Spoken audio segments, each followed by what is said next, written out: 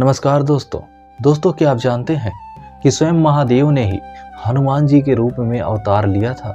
पर क्यों लिया था? क्या आपको पता है कि हनुमान जी को अमरता का वरदान किसने दिया था?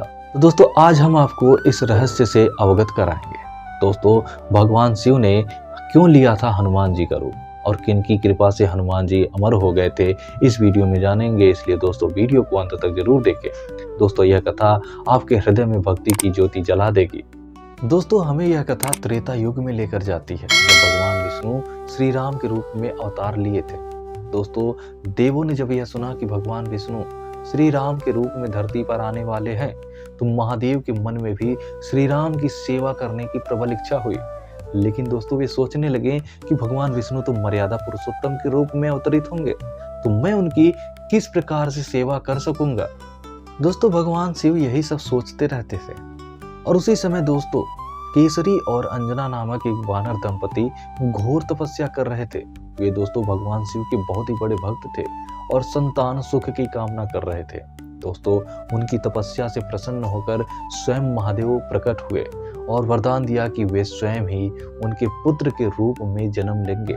और दोस्तों इतना कहकर भगवान शिव वहां से अंतर्ध्यान हो जाते हैं और बाद में दोस्तों भगवान शिव अपना अंश भगवान वायुदेव के हाथों देवी अंजना तक पहुंचाते हैं। और दोस्तों वह एक प्रसाद के रूप में होता है और वह प्रसाद दोस्तों देवी के गर्भ तक पहुंचता है और इस तरह से महादेव के अंश से पवन पुत्र हनुमान का जन्म होता है। दोस्तों हनुमान जी बचपन से ही अति बलशाली थे। वे खेल खेल में पर्वतों पर कूद जाते थे, पेड़ों को हिला देते थे और अपनी शक्ति का प्रदर्शन करते रहते थे। लेकिन एक दिन उन्होंने कुछ ऐसा किया जो देवताओं को भी चौंका दिया था। दोस्तों एक दिन जब हनुमान जी ने उगते सूर्य को फल समझकर उसे पकड़ने के लिए छलांग लगा दी और दोस्तों उनकी गति इतनी तेज थी कि स्वयं देवराज इंद्र भी घबरा गए और उन्होंने दोस्तों सभी देवताओं को उन्हें रोकने के लिए भेज दिया। लेकिन वह किसी से भी परास्त नहीं हुए और सबको पराजित करते हुए आगे बढ़ गए। ऐसा देखते हुए दोस्तों देवराज इंद्र ने अपना वज्र हनुमान जी पर चला दिया और दोस्तों देवराज के इंद्र के उस वज्र के प्रहार से हनुमान जी मूर्छित होकर पृथ्वी पर गिर गए। और ऐसा देखकर दोस्तों वायुदेव अत्यंत ही क्रोधित हो गए और वह भला हो क्यों ना, क्योंकि प्रहार उनके पुत्र पर हुआ था और भला एक पिता अपने पुत्र को कष्ट में कैसे देखता है। दोस्तों वायुदेव ने अपनी वायु शक्ति को ही रोक दिया, जिससे संसार में प्रलय की स्थिति उत्पन्न हो गई। सारे देवता घबरा गए और वायुदेव को मनाने के लिए ब्रह्मा जी और अन्य देवता उनके पास पहुंचे। दोस्तों भगवान ब्रह्मा ने हनुमान जी को अमरता का वरदान दे दिया और कहा कि हे वत्स, तुम्हें कोई भी अस्त्र शस्त्र हानि नहीं पहुंचा सकता। तुम चिरंजीवी रहोगे और जब तक श्री राम का नाम रहेगा तब तक तुम्हारी महिमा अमर रहेगी। और इसी प्रकार दोस्तों अन्य सभी देवताओं ने भी उन्हें वरदान दिया। वरुण देव ने कहा कि तुम्हें कभी भी जल में कोई भी हानि नहीं पहुंच सकेगी, जल तुम्हें कभी भी डुबा नहीं सकेगा। अग्निदेव ने कहा कि तुम पर किसी भी प्रकार की अग्नि का प्रभाव नहीं होगा। कालदेव ने कहा कि मृत्यु तुम्हें स्पर्श भी नहीं कर सकेगी। इस प्रकार दोस्तों सभी देवताओं ने अपनी शक्ति के अनुसार उन्हें वरदान दिया। दोस्तों अब जब हनुमान जी अमर हो चुके थे तब उनका असली उद्देश्य आरंभ हुआ था, वह था श्री राम की सेवा।